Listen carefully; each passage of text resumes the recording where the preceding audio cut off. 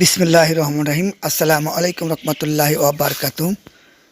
Advocate Masud Parvez Begum জিয়ার সালাম সাধারণ জনগণের মাঝে পৌঁছে দিয়ে গণসংযোগে ব্যস্ত হয়েছেন সম্ভবত প্রার্থী বিএনপির এই প্রত্যাশী জনাব মাসুদ পারভেজ ভাই। এই মুহূর্তে আছেন মাদারপুর সদর কুনিয়ার বাজারে।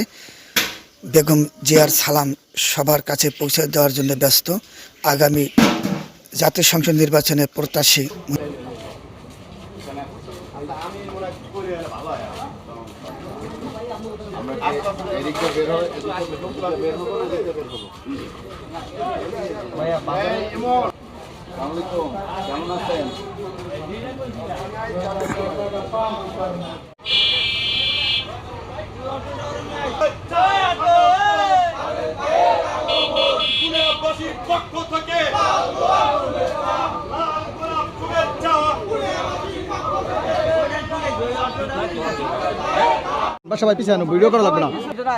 কুনিয়া ইউনিয়নের কুনিয়া বাজারে আগামী জাতীয় সংসদ নির্বাচনকে কেন্দ্র করে আমরা গণমানুষের সাথে সালাম বিনিময়ের জন্য উপস্থিত হয়েছি।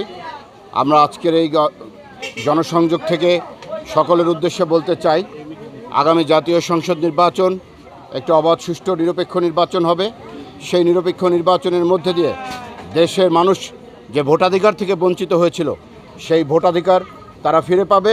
তারা নিজেদের ভোট নিজেরা দেবে এবং প্রত্যেকের প্রত্যক্ষ ভোটের মাধ্যমে আগামীতে বাংলাদেশে একটি গণতান্ত্রিক রাষ্ট্র এবং সরকার গঠন হবে।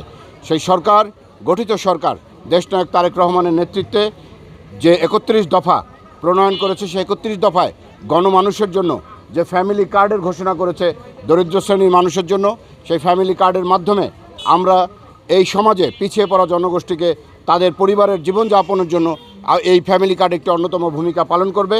এবং আমরা বিশ্বাস করি আপনাদের সকলের আন্তরিক সহজে সংসদ নির্বাচনে 31 দফা বাস্তবায়নের মধ্যে দিয়ে এবং বাংলাদেশ এগিয়ে যাবে এই আশা প্রত্যাশা রেখে আগামীপুর 2 আসনে জাতীয় সংসদ নির্বাচনে বিএনপি থেকে মনোনয়নের জন্য আমি